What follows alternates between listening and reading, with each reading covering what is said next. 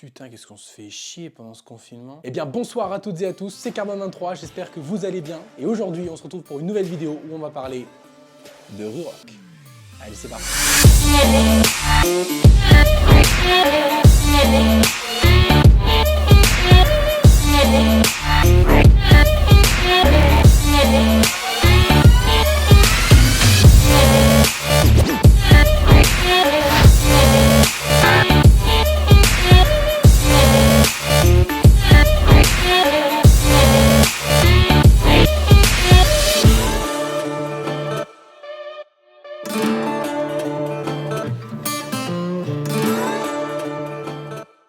Bon, j'ai quand même pas besoin de vous montrer plus que ça pour vous prouver que Ruroc, ça va. Je connais, j'ai testé. Ils m'ont d'abord envoyé leur V1, que j'ai gentiment donné à un pote à moi. Bah, je suis ce genre de pote, bah, on peut le dire. Ensuite, j'ai eu un autre coloris de la V1, donc le Mercury, qui était une édition limitée que j'ai surkiffé. Vraiment, il est trop beau ce casque. Et très récemment, Ruroc m'a envoyé ça, qui est la V2. Alors, faut savoir que quand j'avais reçu la première V1, bah, je leur avais fait quelques retours assez négatifs. Le gros avantage de Ruroc, c'est qu'ils sont à l'écoute de leur communauté et surtout des influenceurs, waouh, j'aime pas ce mot-là, avec qui ils travaillent. Ce qui veut dire Lord Puma, Bibix, Chris RS, moi-même et plein d'autres gens. Les mecs sont venus d'Angleterre, ouais, d'Angleterre, mon pote, pour m'amener le casque Ruroc V1. Première fois que je découvre ce casque et il y a des bonnes surprises et il y a des mauvaises surprises. Je vais reprendre le mail que je leur avais envoyé à l'époque quand j'avais testé le casque au bout d'une semaine. Je vais vous afficher tous les screens à l'écran, mais pour vous résumer, j'avais compartimenté mon mail en 3 parties, les points positifs, les points à améliorer et les points négatifs à changer absolument. En gros, dans les points positifs, je leur avais dit que le casque était assez original, qu'il avait un look un peu badass comme ça. Très grand champ de vision et ça c'est extrêmement important parce que je suis habitué, comme vous le savez, à des casques qui sont quand même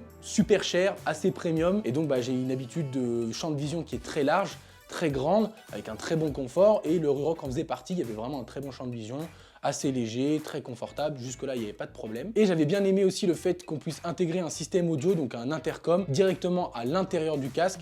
Bon, vous voyez que ça pour la V2, j'ai quand même changé d'avis, mais on en parlera juste après. Et en tout cas, évidemment, leur service, parce qu'ils sont vraiment super réactifs. Et c'est pas qu'avec moi, vraiment, j'ai eu pas mal de retours de certains abonnés qui m'ont dit, bah écoute, j'ai eu un souci avec la commande ou j'avais besoin de changer de couleur ou autre.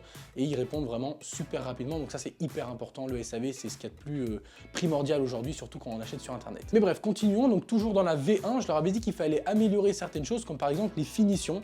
Ah, je le redis, je suis habitué vraiment à des casques qui coûtent super cher et qui donc, en termes de finition, sont au top. Et même au-delà de ça, je veux dire, t'achètes un casque aujourd'hui, quel que soit son prix, t'as quand même envie qu'il soit bien fini, que la déco soit propre, etc. Et malheureusement, sur la V1, j'avais quand même vu quelques défauts qui ne me plaisaient pas trop. Alors, entre guillemets, c'était une version test, hein, donc c'est normal qu'elle soit pas parfaite. Mais bon, quand même, j'avais notifié ça à Ruroc en leur disant, bon, les gars, essayez de faire un effort au niveau de la déco, que ce soit un petit peu mieux fini. Également, je leur avais dit que moi, au niveau de mon nez, comme il est assez imposant, hein, voilà. Ça touchait ici à l'avant sur le casque, donc c'était un petit peu embêtant. Mais bon, voilà, si vous avez un nez normalement constitué, c'était pas vraiment un souci. Et par contre, un des points qu'il fallait vraiment améliorer, c'était au niveau de la qualité des mousses à l'intérieur, qui, selon moi, était trop light. Tu vois, genre vraiment, il fallait qu'elle soit un peu plus dense, un peu plus confort, un petit peu plus douce et surtout de meilleure qualité, puisque j'avais quand même relevé, et j'étais pas le seul, un certain manque de qualité, en tout cas pas au top au niveau des mousses à l'intérieur. Et pour finir avec la V1 du casque Ruroc, j'avais vraiment relevé un gros point négatif, un truc qui pour moi était rédhibitoire au fait de porter un Ruroc, c'est le système d'attache, le système de fermeture que je déteste, vraiment. Ruroc, je vous le dis, vous allez voir la vidéo, je déteste ce système de fermeture, c'est horrible. Pour moi, ça rassemble tous les désavantages de tous les autres systèmes de fermeture. Alors, il faut savoir qu'aujourd'hui, un casque, il peut soit se fermer en boucle micrométrique, soit en boucle double D. Donc, c'est ce qu'on utilise en compétition ou sur piste. Fatalement, vous me connaissez, moi, j'ai quand même que des casques piste, donc j'ai toujours roulé avec une boucle double D, qui pour moi n'est pas du tout contraignante, hein. Vraiment c'est un système de fermeture qui est hyper simple et une fois que tu l'as bien pris en main, franchement c'est super rapide, tac tac, hop c'est fait, c'est terminé, t'en parles plus. Et en plus le gros avantage de la double D, c'est qu'une fois que c'est serré, tu peux toujours l'ajuster et ça c'est très important puisqu'il y a des fois où tu vas l'ajuster un petit peu mieux selon si tu as un tour de cou, pas de tour de cou, si tu veux que ce soit un peu plus serré, moins serré, etc. Bref, pour moi la double D c'est juste la folie parce que ça rassemble sécurité, facilité et rapidité. Et en plus c'est la seule fermeture qui est homologuée quand tu vas sur piste ou dans certaines compétitions, donc obligatoire pour moi. Ensuite, vous avez la boucle micrométrique qui, elle, a des désavantages puisque quand même ce sera moins sécurisant qu'une boucle WD, c'est pas admis sur certains circuits ou pas du tout d'ailleurs en compétition. Et le gros problème de la micrométrique, c'est que tu dois la régler à l'avance et après seulement tu viens refermer avec des crans comme sur une botte de ski ta fermeture pour que ça s'adapte à ton menton et à ta tête. Et Ruroc, eux, ils viennent avec un truc un peu chelou qu'ils ont sûrement breveté, c'est pour ça qu'ils doivent être à fond dessus. Alors je suis pas du tout fan, je vous le redis. Déjà tu vas devoir le régler à l'avance comme une boucle micrométrique, ce qui moi me déplaît, vraiment.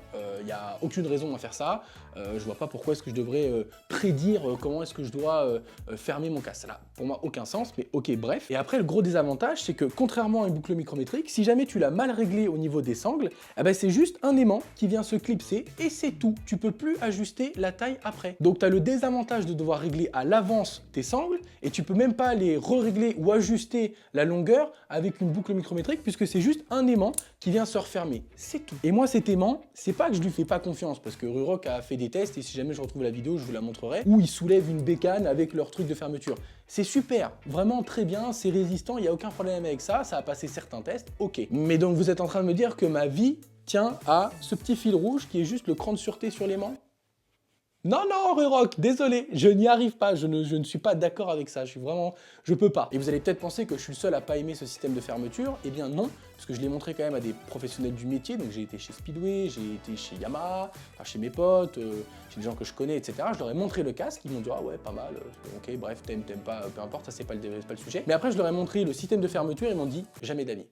Vraiment, rédhibitoire à donf, je ne mets pas ça. Bref, je pense que vous avez compris quand même quels étaient les points positifs, les points à changer et le gros point négatif du Ruroc V1. On leur a tous fait un mail, toutes les personnes qui ont eu un casque, leur Puma, XRS, moi, machin, enfin bref, plein de gens. Et Ruroc, ils sont revenus vers nous. Hey guys, ouais, petit accent anglais, attention. Thanks for the mail, machin. Bref, ils étaient super cool. Ils ont dit, ok les gars, merci énormément pour votre retour. On va faire le maximum pour s'améliorer et on va vous sortir une V2 de folie. Moi, je me dis, let's go. Ça, c'est une entreprise que je kiffe, avec qui j'ai envie de travailler, puisque c'est des mecs qui font attention au retour qu'on leur fait. Et il n'y a que comme ça, je pense, en tout cas, que tu peux évoluer au mieux pour faire plaisir à ta communauté, à ta clientèle.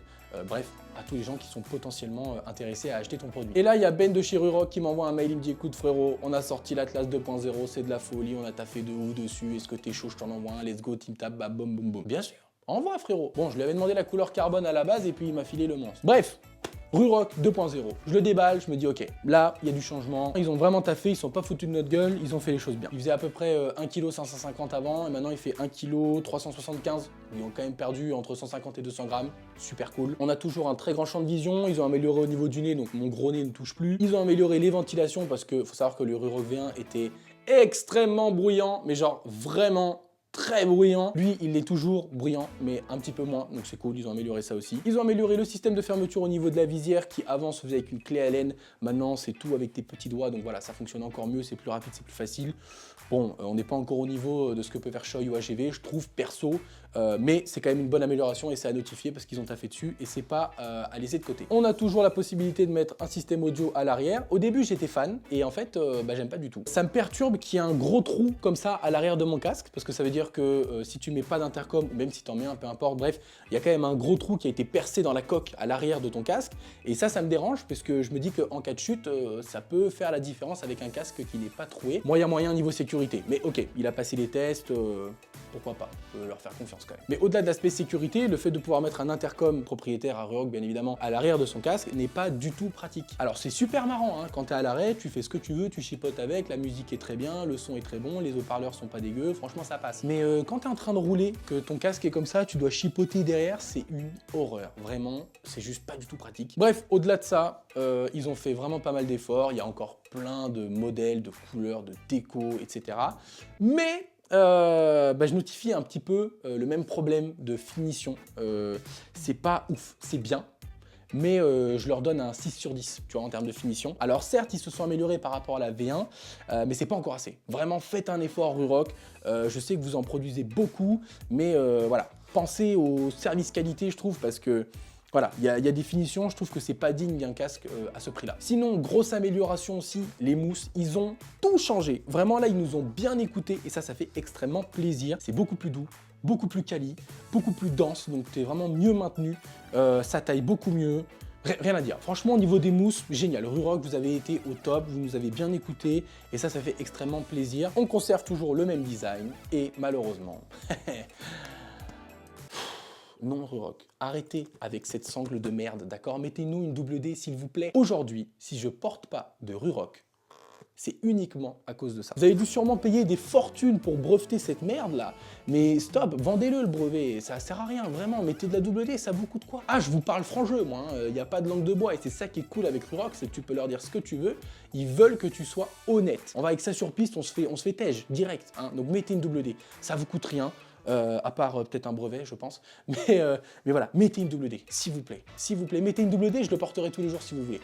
Mais mettez une double D. Bref, vous allez sûrement me demander du coup, Carbone, est-ce qu'on doit acheter un casque Ruroc ou pas? Oui et non.